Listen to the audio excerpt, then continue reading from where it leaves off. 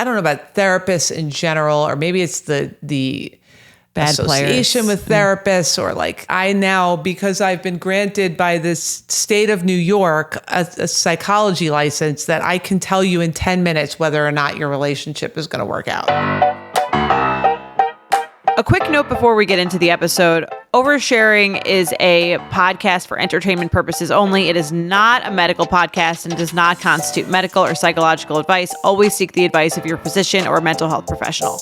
Hello and welcome back to Oversharing. I'm Jordana Abraham. And I am Dr. Naomi Bernstein. Great to see you back here with your curls. I'm sure they served you. You were just away, right? Yes, away in a humid climate. So I did not fight the curls. I embraced them. I actually went the day before looking for a travel size curl cream that would serve me well. I found a good one. I would give you guys the name, but I don't remember what it is right now, but it was great. I spent an hour trying to scour stores for a good travel size curl cream. But I know we get a lot of emails, and in my group sessions, I get, and in my patients, a lot of people talking about the struggles of aging parents, which is very real, especially when you're dealing with being a parent and having aging parents at the same time, which is really, really tough because you're kind of parenting on both ends. But Jeff and I went to a wedding in the Dominican Republic, which we were really excited about. Some time away, alone. Just the two of you? Just the two of us. Nice. And everyone else in the wedding party. And it was very small. It was like 20-person wedding, which was that's fun. Really lovely and tiny. And we were leaving the kids with Jeff's mom, who's 80. So she, we don't need a lot of babysitting anymore. The older two are basically 13 and 14, and our littlest is 8. So we don't need a ton of babysitting, but our littlest is still 8. Can Lila watch the 8-year-old or not really? Yeah, well, she is in, anyone who's from Texas, this might be a shout out to those of you guys, or any state where marching band is a big thing. She is starting high school marching band, and they are in this big summer, like, it's not Hell Week, it's like Hell 3 weeks. Is it like hazing? No, it's hazing, but it's organized by the school, hazing. Okay. So she basically has to be at school 6 days a week at 7:00 in the morning. It's like 100 degrees out.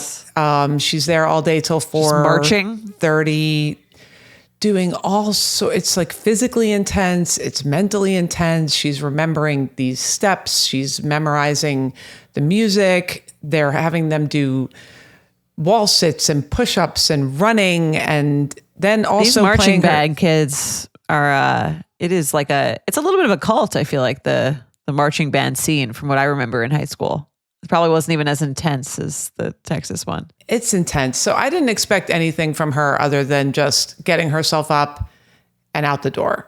So I didn't expect her to really be doing much babysitting. Maddie, who's our middle, was going to be more helpful because she had nothing to do.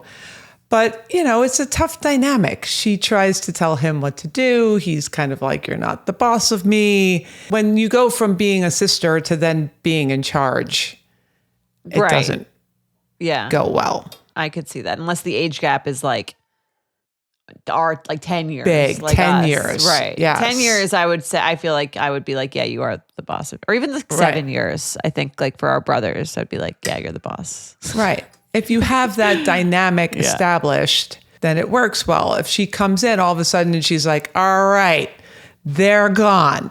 I'm the new chief in town. If it feels like there's even a little bit of like pride in like there's a reason for doing it that's not just strictly his safety. Yes. I'm sure he's picking up on that really quickly.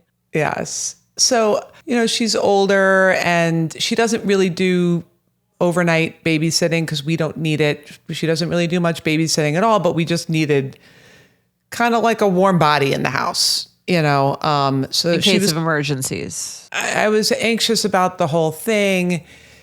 We left. Long story short, my mother-in-law had a doctor's appointment the day after we got there, which was the day of the wedding, like a checkup. And we leave the kids alone. So she went to her doctor's appointment. And at the doctor's appointment, the doctor saw something he didn't like on her heart rhythm or whatever it was and sent her to the emergency room. Oh, wow. Is she okay? Long story short, spoiler alert, she's fine. But she was admitted to the hospital and ended up having to stay overnight. Oh, wow. So we're there. We're getting the phone call like she's gone. So there's nobody there with the kids. And they're basically like in the house by themselves. So yeah, we're there. We're trying to figure it out. And the girls are really okay. I mean, I've never left them alone overnight. Like that's not something I wanted to do, but they can, put themselves to bed. They can make themselves food. Like they're kind of fine. Were they okay being alone? Yeah. So what ended up happening was I started calling around for Brooks because he needs supervision. He needs like his meals made. He has different things he has to, and it ended up feeling really nice that we had a great community of parents. Like I just called his friends' parents and was basically like, here's the situation. I made arrangements for someone to take him one night. I made arrangements for someone else to take him the second night. Everybody was super nice, super supportive. The parents were all communicating. So he had like a double sleepover with, his friends and they kind of handled that. Maddie went to one of her friends' houses, but Lila's in this like, stressed out band camp mode. Yeah. I mean, I don't blame her. 7 a.m. How is she getting there? 7 It's a.m. crazy. She had, some friends that came to pick her up. And so she was basically, I don't want to sleep at anyone's house. Like I have my stuff. I need my shower. I have my routine. So she ended up staying alone overnight, which was her first night. And she was kind of like, I kind of liked it. Like I had the house to myself. She threw a rager? She did not. At least not that I know about. She did ask if she could, if there were cameras in the backyard because she would like to go swimming in the natural state. Yes. She did ask about that, which I thought was weird. No, not that I know of, but she spent the night alone in the house. I guess it was a good learning experience.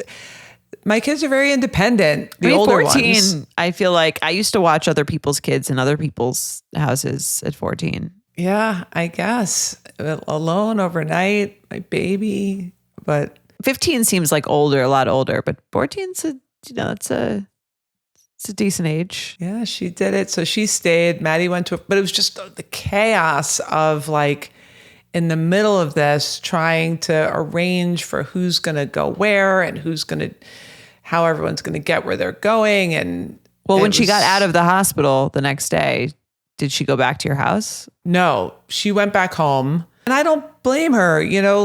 She's older. I think she was past her babysitting expiration date. And, she just didn't have the patience for it anymore. We were getting calls even before that like it wasn't going well. And it's hard when you reach that. Sometimes the only way to know that something isn't good anymore is when you get past that expiration date and you realize like this isn't going well. Not maybe enjoying that as much as you used to. Yeah. And I think you can't tell until you kind of like sometimes we'll drop him off there if we're going to do something that's boring. We'll drop him off there for a couple of hours and that's fine. But overnight, when he's overtired or he's not in a great mood overnight is like they have things that they need to get done. Like he needs to like eat. He has to probably do things that he doesn't like want to do. I'm sure when you drop him off at our house, he's just like playing video games or swimming or something. Yes, right. Comes a point when it's like, okay, it's time for bed. He doesn't want to. It's time for a shower. He doesn't feel like it. She has to kind of coerce him into doing it, or he's, if it's past his bedtime and he's, it even with a baby, once they're overtired, it's like the demons take over. So, well, it sounds like you pivoted and it worked out. Pivoted. And it actually made me feel really nice about the community that we had. Like everyone was really nice. It takes a village, right? It definitely takes a village. And it was great. And Maddie was great. But the day we left, so I had made arrangements for her to stay at a friend's house, and she was supposed to hang out there for the rest of the time. And then she called us that morning. We were like going through security. And, I'm like anxious that they're alone. So I'm trying to pick up the phone every second that I can. So I'm like going through the security line and like picking up the phone as I'm, grabbing my stuff, putting my shoes on. And she's like, I'm getting the vibe that she wants me out of here. And I'm like, oh gosh. She's like, well, she said that she has, like a tennis match at 7:00 tonight and she has to start getting ready. And it was like 10:00 in the morning. I'm like, okay. Well, at least she's astute. Yeah, she's definitely, I was like, all right, so just come home, hang out at home, hang out with the dogs. Yeah. So you were going home that day. I think that's fine. She was fine. She's almost 13. She just hung out, did her thing. And, but there's lots of stuff now that would have been way different. I was like going on Walmart.com. I'm trying to send her a bedazzling kit so she has something to do during the day. So that came. Can get to you like within hours, right? Yeah, within hours. So she's like bedazzling the light switches in the house. Wow. Like, all right. Okay. Go for it.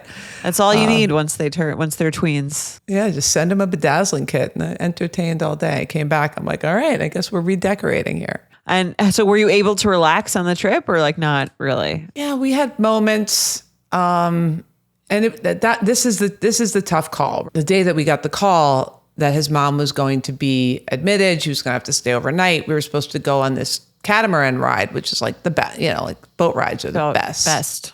Boat day is the best day. So I'm like, this is the pinnacle of the trip. We were trying very hard to get back. We kept trying to look at different flights and we were trying to get out of there. We couldn't leave. The next possible flight out wasn't until the next day. I mean, we could have gotten to Miami and then sat in the Miami airport for 10 hours and waited for the flight that was going to leave the next morning. It was like ridiculous. It's like the plot of Home Alone. Yes. So we did end up going on the catamaran ride. Oh, you did? Yes. And we ended up having, I kind of convinced him. I'm like, what are you going to do sitting here? You're not helping. It's only going to make you more stressed because you're not distracted. You're not. Exactly. So we got distracted. She ended up being fine. They did whatever procedure they needed to do to fix her up.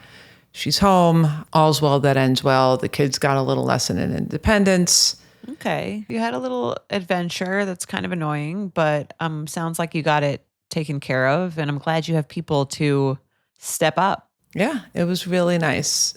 Especially because we live so far from your family, right? But it is nice that in our little town, we had lots of great people who stepped up and offered to help and were really super sweet about it. So, yeah. It's a good reason to make friends in your community. Totally. Go to the mahjong night. Don't break a glass. Okay. Yes.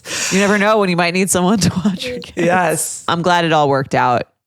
And that is tough to deal with. I mean, it's back to the central topic of parents and kids. It's like a lot to juggle at once. All right, let's get into our show. If you want to subscribe to this show, you get all the episodes ad-free and a day early, as well as 2 bonus episodes a month. Sometimes we have a listener on and we hash out a problem in real time, or we'll take listener feedback. We do it all. Oversharing@betches.com. If you want to leave us a voicemail, you can leave us a voicemail at 646-363-6294, or you can join one of Dr. Naomi's therapy groups or get individual therapy from her. Are you available for individual therapy? I'm not exactly sure, but you can always get on the wait list. I do think I might have 1 spot open for individual therapy, but group therapy is rolling admission, NaomiBernstein.com. We talk about all this type of stuff, balancing life, aging parents with kids, managing life, managing work-life balance, all those types of things. So yeah, if you're looking for a community, come find us, NaomiBernstein.com.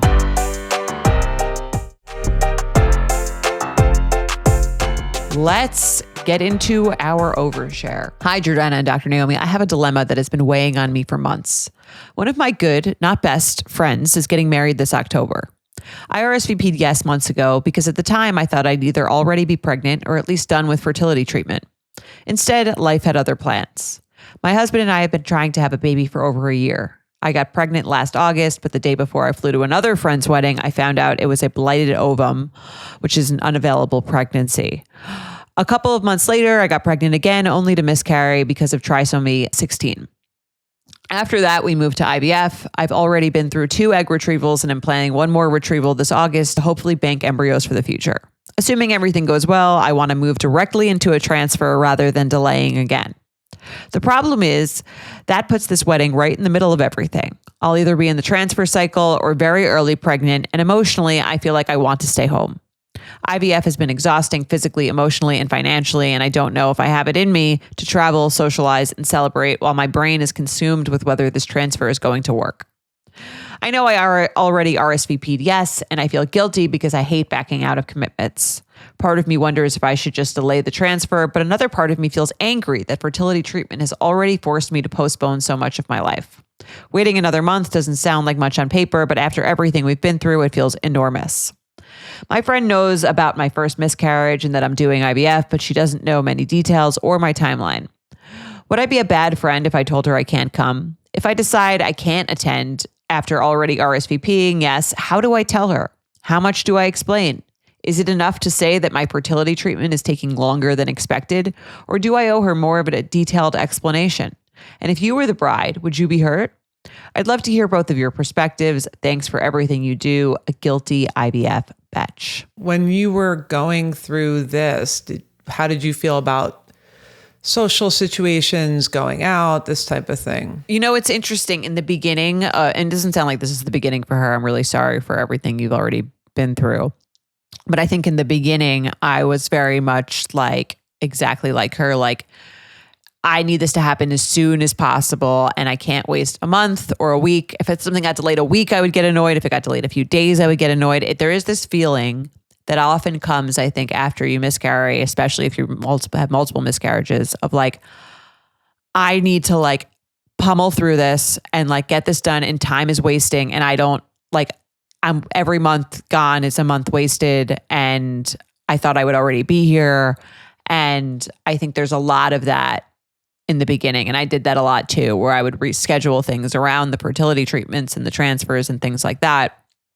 But I think eventually I got to a point where I felt like I didn't want like to put my whole life on pause until this thing got done, because that's kind of what it felt like. It felt like I was like, by rescheduling everything around this stuff, I was sort of like saying that the rest of my life wasn't important, or it felt like, or putting it on hold, which I think made the pressure feel that much more intense.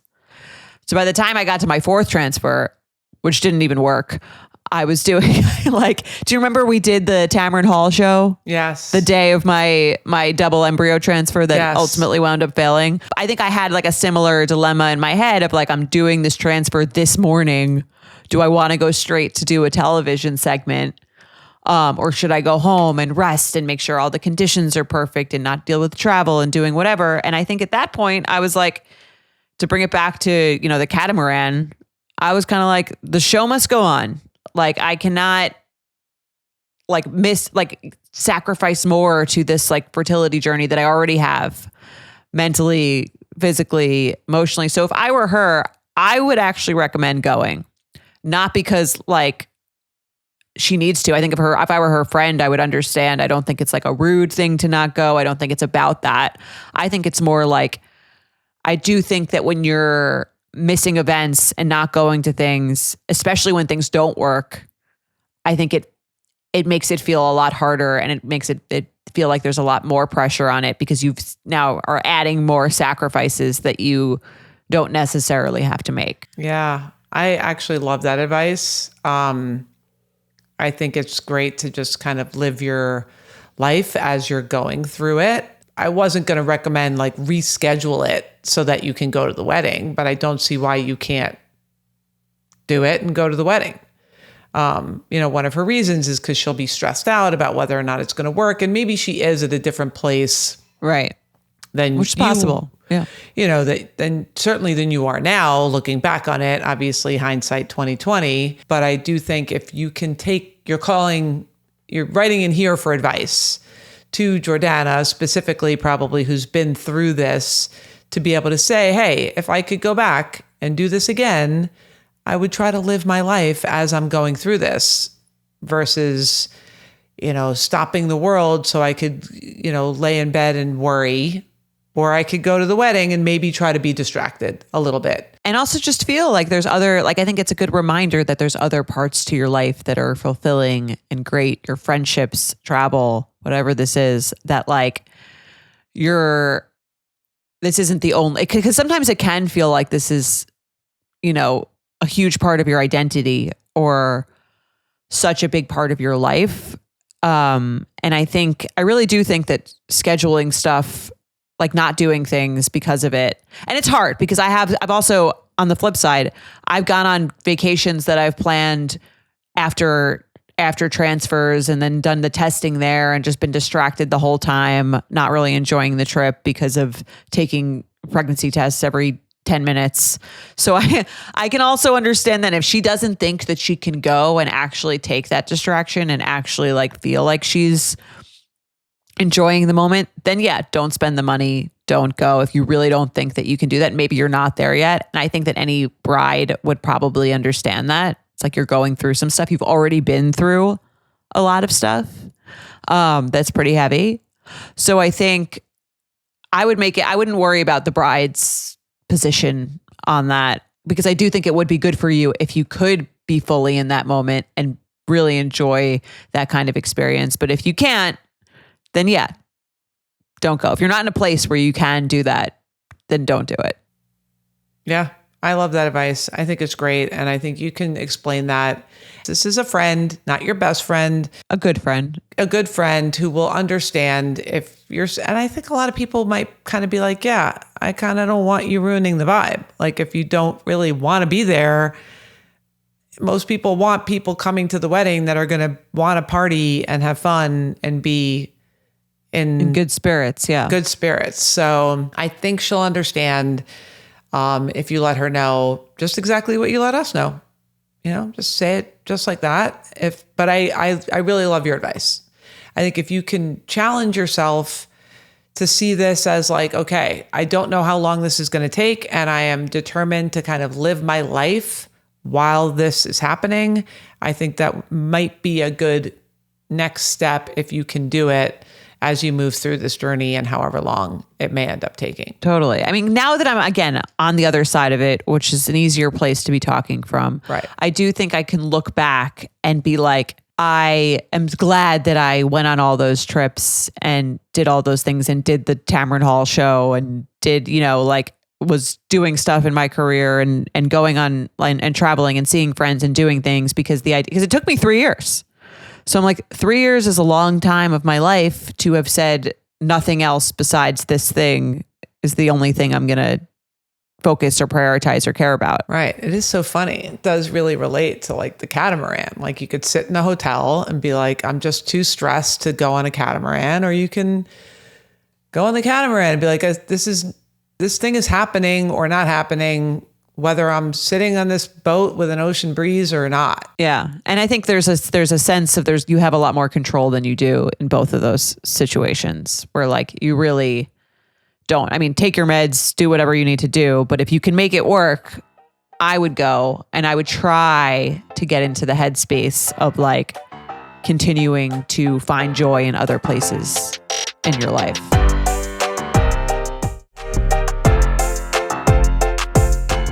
Let's do a betch assist. Dear Dr. Naomi and Jordana, I have a dilemma for you that has been a repetitive cycle in my otherwise very healthy marriage. Backstory: my husband struggles with PTSD, OCD, and anxiety resulting from a pretty brutal childhood filled with emotional, verbal, and physical abuse from his father. He made the decision about 2 years ago to cut his father off completely after years of trying to have a normal relationship. When we first started dating, I highly recommended finding a therapist, which he did. He's been in therapy ever since and has progressed enormously, although still struggles daily.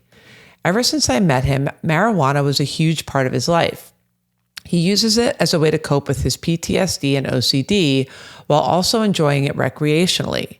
He's a business owner, owns a private gym, and I'm not the biggest fan of marijuana and really only use it recreationally once in a while. So I'm a big force in cutting back on this habit. As far back as I can remember in our relationship, he has lied about his usage to me, not just once or twice, dozens of times. He has only lied about this topic, but this has created a breach in my trust. Fast forward to the present day. For months, he has told me he has not smoked once, only used low dosage gummies a few times a week to cope with the stress. I found out that he had been lying, and he's been smoking several times a week. Of course, I was devastated. I suspected this was the case, and he continued to lie to my face about it. He's definitely addicted to smoking marijuana, but taking a low dosage edible a couple of times a week really does seem to help manage his OCD and anxieties. He's clearly self-medicating, but he's highly against going on medication. His therapist doesn't push medication on him either, since he's expressed his hesitations. He's actively working on this addiction with his therapist. I've attended a couple of his sessions with her, which have been super helpful. We focus on why he lies about it and the shame he has regarding it, but I just wanted your take on the situation and what you think is the best way to move forward. Is THC really a good coping mechanism when used the right way? Sincerely, a stuck and confused Betch. My question to her, which she doesn't really include, is like, what bothers her about the smoking? Obviously, the lying is an issue, like regardless, but she doesn't even mention it to us, which makes me think he probably doesn't have a great grasp of like the reason that she wants him to cut back or stop doing this. And I think people don't do things because other people tell them to. So he's clearly lying because he's not on board with whatever her reasoning is, which I don't even know what her reasoning is. And it does seem, for some reason, I get the vibe that she's more okay with the edible than the smoking. So maybe it's almost like the smell of it or the connotation or the feeling that he's like a stoner who's always high or something. Yeah. So there might be some judgment around it that I think needs to be addressed. That maybe that is part of like this shame thing, why he's not telling her, because maybe she is judging him. I do think sometimes with couples, when I see this type of an issue, and again, she doesn't address it, there's this kind of like, we're not on the same page feeling, whether it's alcohol or marijuana or psychedelics or whatever people are doing. There's this feeling of like, we're not connecting because you're on one level and I'm on a different level. So I don't know if that's part of it, but I think you're right. I think they have to address what is her problem with it exactly. And there's many things that could be an issue with it. Maybe he's, so you act differently. Yeah. Unmotivated, whatever. I don't know what it, yeah. Or the big thing is maybe she feels like he's not really, this is like a Band-Aid on a bullet wound. Like he has this big childhood trauma that needs to be addressed in a bigger way than just, I get triggered by something and then I, smoke weed and forget about it. And if that's the thing, I think that's a valid like reason. I think the reason he feels like you guys keep fighting about the actual usage, and maybe it's more like that's the symptom of, again, like the unresolved issue that you see. Maybe you see that OCD or the anxiety coming out in other ways. Yeah, I definitely agree. I think he needs to be on board with the reason why you're asking him, other than like drugs are bad. Don't do drugs. Right. Just like you would need to be on board for anything that someone asked you to stop doing. Right. Because if you don't believe that it's bad, or if you don't believe that it's harming you, then it just seems like someone trying to control you. And especially, around this, if there is this kind of stigma about the stoner thing, and he's kind of like, yeah, that doesn't bother me. Like I don't mind that identity. I don't mind that stoner thing. Like that's how I was when you met me. And now all of a sudden you're judging me for that. Or like, you don't think that's like cute or cool anymore when that never bothered you before. So now that feels like judgy. I mean, and circumstances change. I mean, you could be with a partner who drinks a lot when you first start dating, and then they suddenly have more responsibilities. If they're married, maybe they're thinking of starting a family. I can see why she's like, something that used to work for me in our relationship feels like it's stopping you from doing X, Y, Z. 100%. All this needs to be discussed. And that's the reason why he's lying, is because like there's something that he's not feeling comfortable saying to you. As far as the trauma, and I think we've talked about this before, you know, a lot of times just regular talk therapy, it's great, but I definitely think that EMDR is a top-notch therapy for trauma, which is, you know, it's a type of therapy where you don't even really have to talk through you don't have to verbalize what happened to you. You just have to kind of recall the trauma in your mind while you do the kind of this lateral movement, whether it's moving your eyes side to side or having vibrating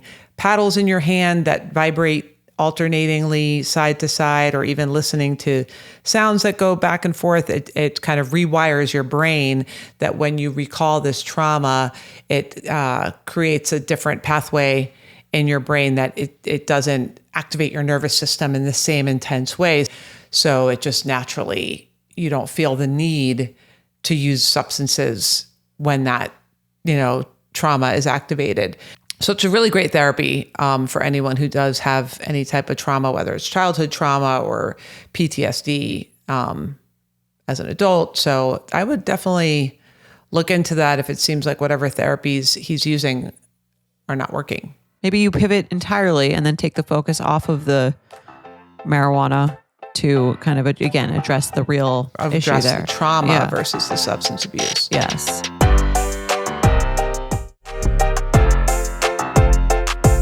All right, let's do an intention. I will read it. Sure. Hi, Jordana and Dr. Naomi. Love you both and the pod. I've been a loyal listener since the first episode. I'm requesting an intention today for how to appreciate old pictures of myself.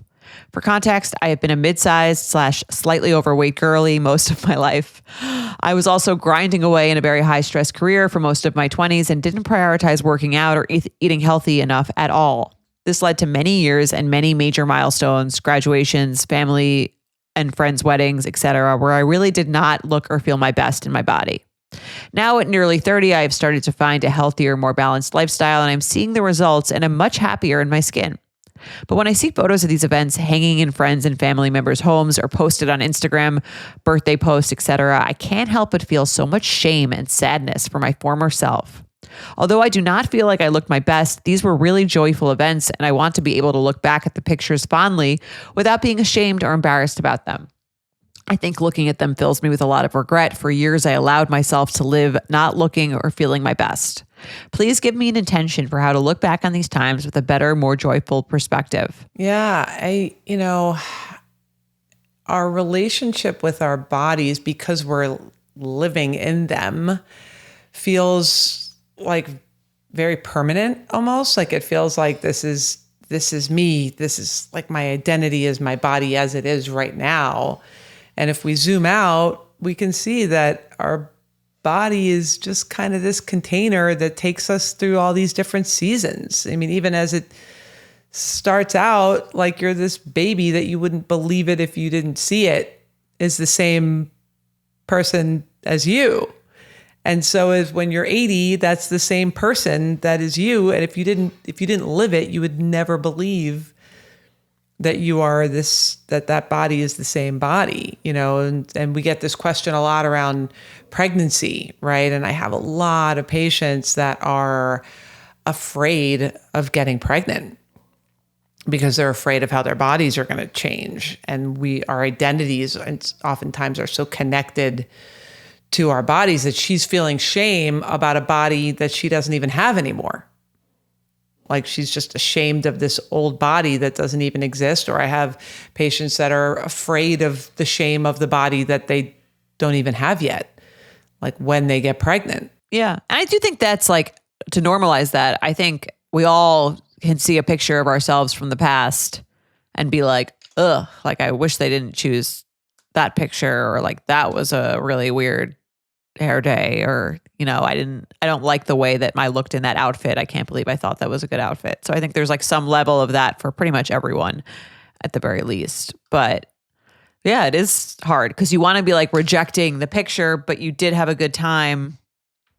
So I do see the dilemma. And again, normalize it. I mean, that's why I bring it up. I think a lot of people have this clinging to your body as yourself, which is normal, right? But I think if you can look at your body as just like that container that carried you through that part of your journey, and what did your body do for you in that phase of your life, right? It sounds like she worked really hard. She accomplished some great stuff. She talks about graduations and, working through a tough part in her career that it seems like now maybe she got through, and now she has a little bit more work-life balance where she can find the time to exercise. So that body, which also included her brain and her, other aspects of her, carried her through a challenging part in her life. And that's the body that got her through that phase of life.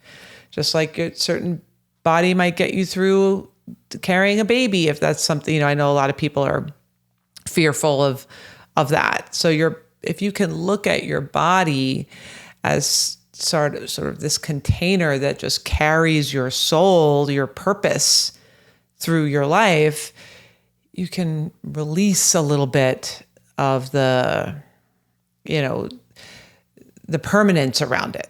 That this is just this carrying you through this season of your life. And right now, it sounds like she's in a season of her life where she's able to really take care of this body in the way that she likes the way that it looks, because she's caring for it in this particular way and it's looking the way that she wants it to look. So in this season of her life, she likes the container that her soul is living in. And that feels nice, but I'm sure it's going to change.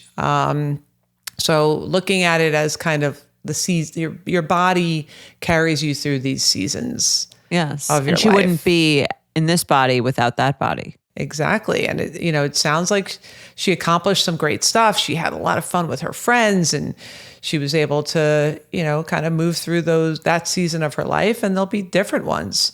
And sometimes, like you were even feeling, I saw you on FaceTime the other day and I was like, dang, you look awesome. Like you looked really good and strong and had muscles. And I remember a few months ago, you were like not feeling so great, like more when you were like freshly postpartum. And in that moment, you feel so attached to your body and what it looks like right now and today, and realizing that is the beauty. Like it's the blessing and the curse of a body.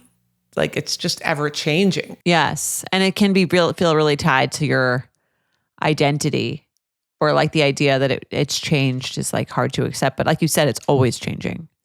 It's always changing. And sometimes it gets better and sometimes it gets worse. And sometimes it gets, it's going to age, I would say, inevitably, pretty much. And it used to be a baby and you don't want to look like that anymore. Like, it's like, it is crazy. And I think that when you think about that, it also gives you permission to not like it sometimes. That's okay too. You don't have to love it at every stage all the time. And I think if you can just look at it kind of as ever changing and carrying you through this phase of your life, whatever the season of your life, whatever that is. And yes, your body's aging. And even I'll speak for myself, you get to a point where you're sort of like, okay, this body's aging. It is on the decline. Past its peak. Yes, past its peak. There's this place where you can kind of start to feel almost like proud of the age in your body. You can start to feel like, I feel good for my age. Like I feel pride in treating my body well. And I feel pride in that it's still able to do things. Yeah, exactly. I'm still able to do these things, or, just kind of feel good for my age, or I feel able-bodied, or I feel,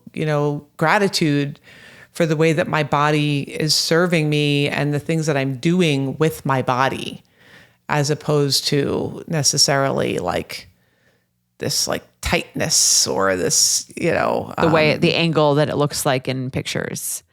Yes. And another thing to think about these pictures, just like as a sidebar is that I could see 15 pictures from the same event and really like 2 of them and think the other ones are like horrendous.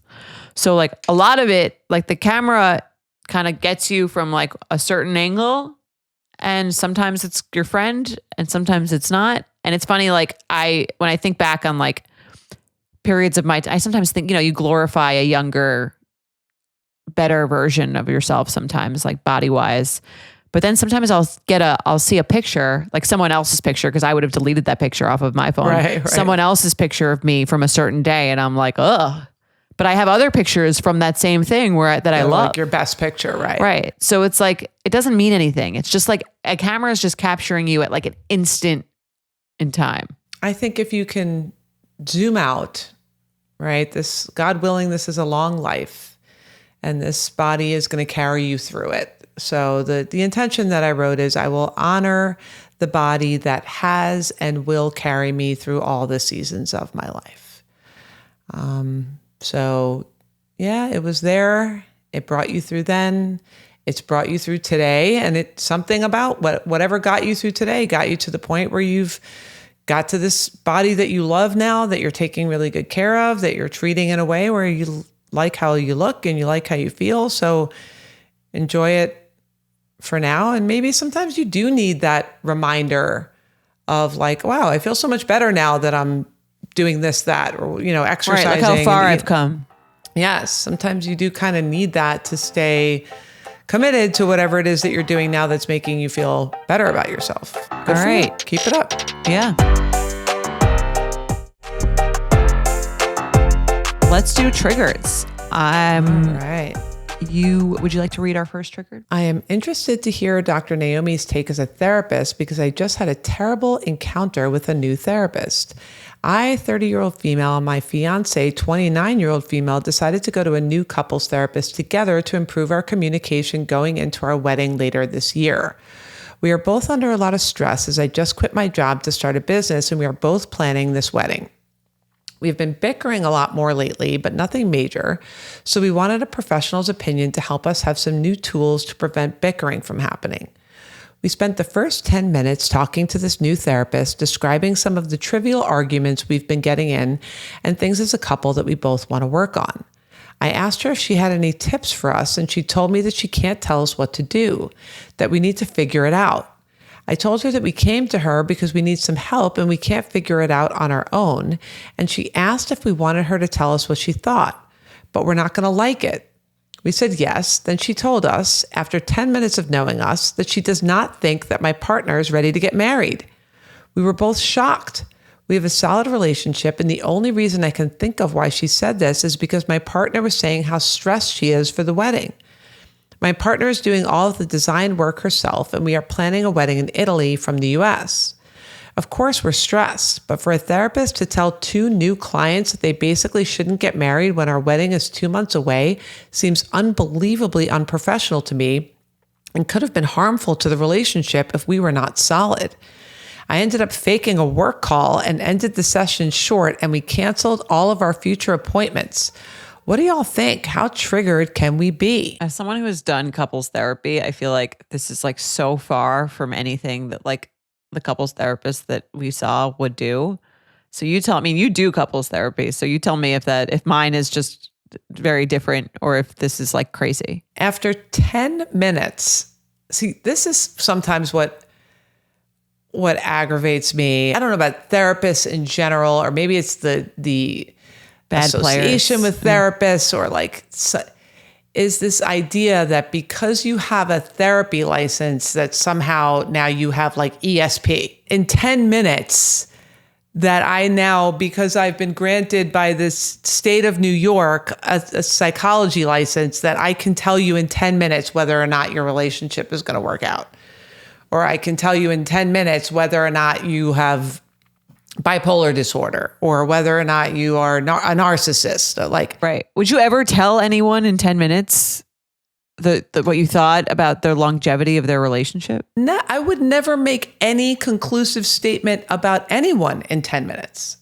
I would just nothing. Or even ever. I feel like, would you say like, I don't think you guys are going to work out? I've never said that to a couple ever. I don't think you're going to work out. I'm not God. I don't know whether or not a couple is going to work out or not work out. I might say something like, this is going to be very challenging, or, it's going to take a lot of work to, that type. I might make that type of statement, but I would never say partner X is not ready to get married. I would never say that after 10 minutes. I don't think you can make any conclusive statement.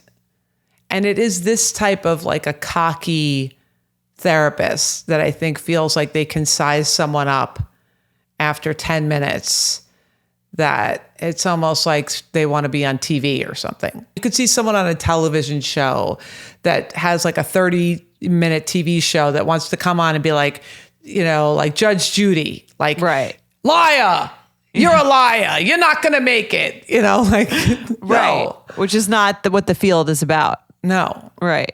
This is so it seems like someone who's just like really bad at their job.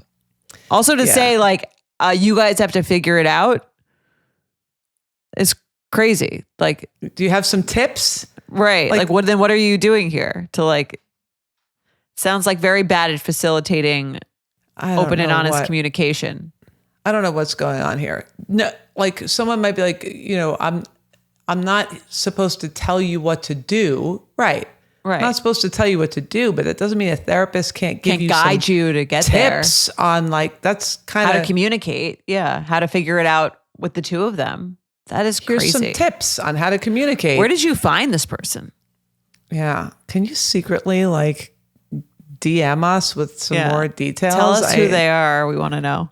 I'm just very curious because also to say that you're not, tell someone that they're not ready for marriage when it's their first time seeing you really could, I think, put a wrench in the relationship, an otherwise potentially healthy relationship. Right. And that's part of when you're a therapist and you've been granted a license and someone comes to you, like she's saying, and they're trusting you that you are a professional, and you say, well, person X is not ready for marriage.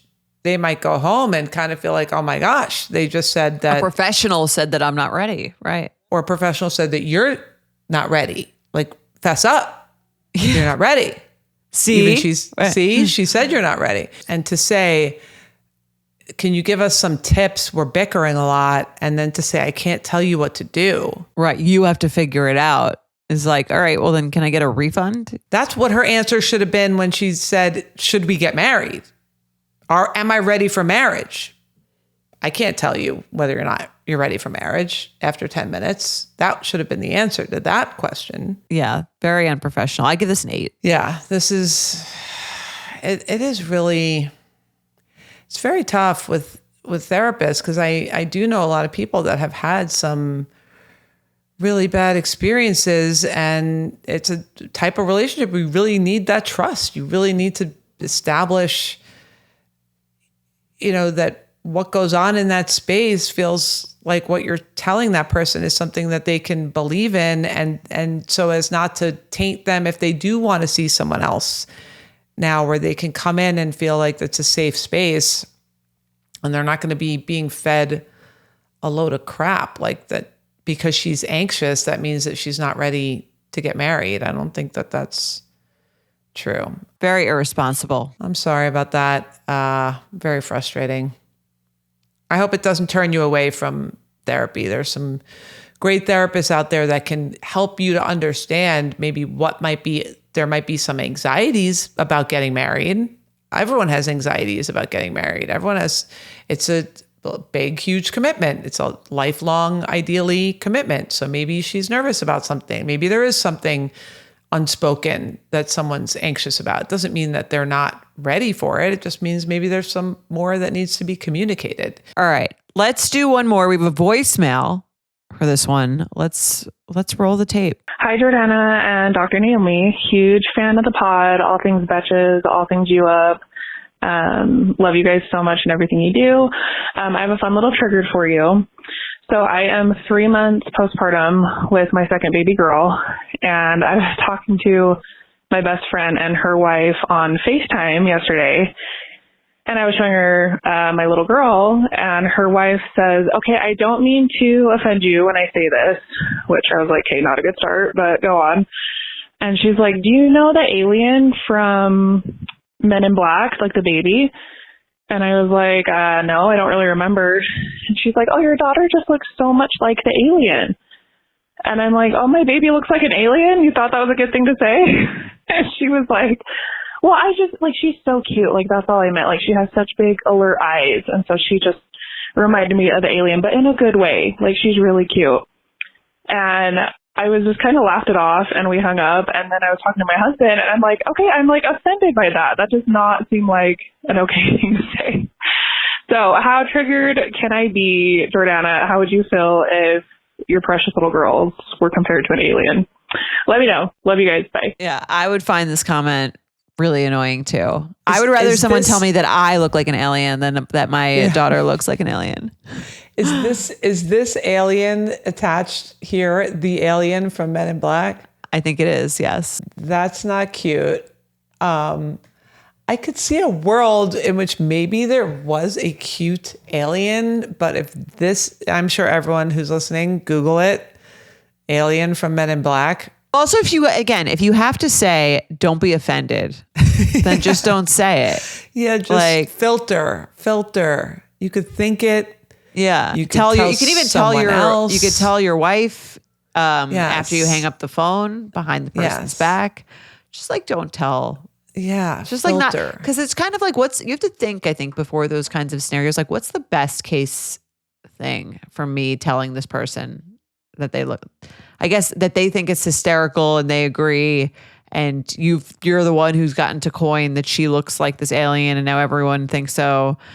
Unlikely and still probably not great, even if that happens. Worst case scenario, it's like offensive, and it kind of is. When it comes to a baby, it's one thing, even like with a dog, I think someone might get offended, but like when it comes to someone's baby, unless it is hands down clearly a compliment, like it looks like the Gerber baby, or like if it's obviously super cute reference, don't say it.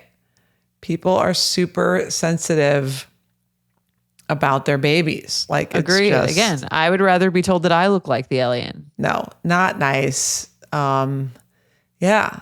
And 3 months, she's 3 months. It's like, people are still so hormonal, postpartum, and I like that she said that to the person on the phone though. She's like, "Oh, I'm surprised you thought that was like a good thing to like say out loud." Not a good thing to say. I remember Maddie had the old man when she was a newborn, like the old man hair that just like went like looked like she was bald, like a balding old man around the back. Yeah. And I was like, if anyone says anything, I will like claw their eyes out. I get offended if they're not told that they're cute, let alone said something negative about right. Yeah. You better say that they're cute. Yeah. Like silence is not an option. If we go to dinner and the waiter or the waitress doesn't say anything, I'm like, what's going on here? Did you see the babies? Right. They don't think the babies are cute, Mike. They don't think the babies are cute. They haven't said anything. Oh my God, they're so cute. See, that's all. That's what you needed to say on command. You could think it. If you think it, you're allowed to think whatever your mind wants to think, right? Yes. You can even talk shit behind the person's back. I'm also okay with that. Not great karma, but like fine. You can't say it to the parents or relatives of the child. Or filter and just say, wow, she has such big alert eyes. They're so beautiful and cute. Yes. Must include that part. Not cool, validated, only positive baby comments. 6. I give it a 6. I'll give it a 6 too. Yeah, just keep it positive. It's not that hard. Yeah. Or just don't, or worst case, just don't say anything. If you really don't think the baby's cute, do nothing to compliment about the baby. You said that's unacceptable. From like someone who's trying to get a tip. Yeah. Oh, then you say, if you don't think the baby's cute, you say, oh my God, she's getting so big. Okay. All right. I can't believe it. Bank it. I'll bank these. These are like your your baby's not that cute compliments. Oh my God, I love her outfit. Okay. The outfit is adorable. It's like, Yeah. All right. Got it. or lie. Just say they're cute. Yeah. Every mom's going to believe you. When you say that. Yeah. Right. For real. All right. Well, All right. validated for sure. We did it. Hope this helps. If you, I just want to appreciate everyone who emails. I know there's a vulnerability in emailing. I think we validated everyone today. Right? Yeah, no, we did. Much, we did. I appreciate everyone writing in. And we don't always validate everyone. Today, everyone got validated. Yes, big time. True. All right. Thanks for writing in. Keep them coming. But yeah, that's our time. Great work today.